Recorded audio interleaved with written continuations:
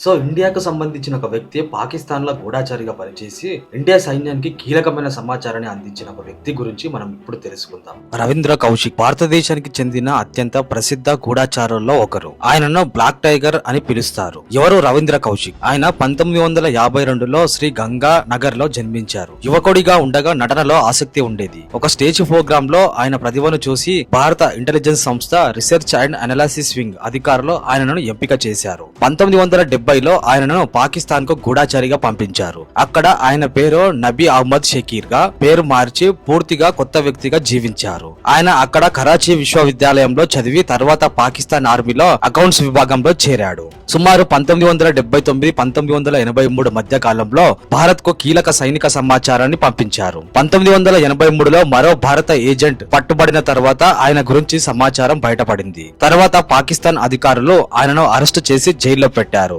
ఆయనను మేన్వాలి జైల్లో సంవత్సరాల పాటు ఉంచారు. 2001లో జైల్లోనే ఆయన మరణించారు. ఆయన చేసిన సేవలకు గుర్తింపుగా అప్పటి భారత ప్రధాని ఇందిరాగాంధీ ఆయనను బ్లాక్ టైగర్ అని అభివర్ణించారని చెబుతారు. రవీంద్ర కౌశిక్ భారతదేశానికి గూఢచారిగా పనిచేసి అనేక సంవత్సరాలు పాకిస్తాన్ లో రహస్యంగా జీవించి కీలక సమాచారాన్ని అందించాడు. అందుకే ఆయనను భారత ఇంటెలిజెన్స్ చరిత్రలో ఒక గొప్ప గూఢచారిగా గుర్తిస్తారు.